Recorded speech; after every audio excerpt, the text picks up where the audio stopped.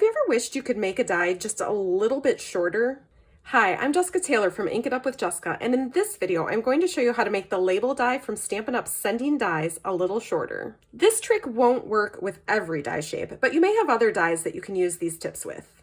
You're going to start by cutting out one label die, and then you want to figure out how long you want it to be. So for the birthday wishes, I can kind of use this one as a guide. So I'm going to find it easiest if I match up these ends and then kind of go like that. So the first time I did it, I just used my actual stamp as a guide and held it over top of this to make sure that it was as long as I wanted it to be. So your piece that you already cut out is going to fit really snugly in the die because you use this die to cut it out.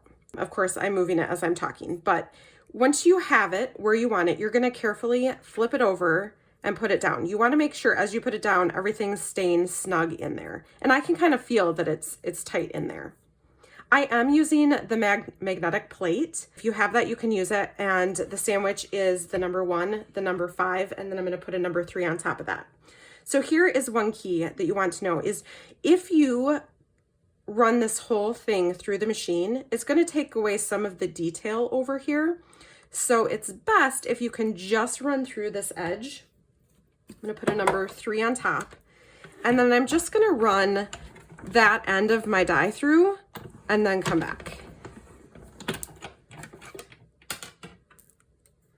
And then you can see that you have a new size, however long you want it to be, but both ends look nice and still have that kind of beveled edging.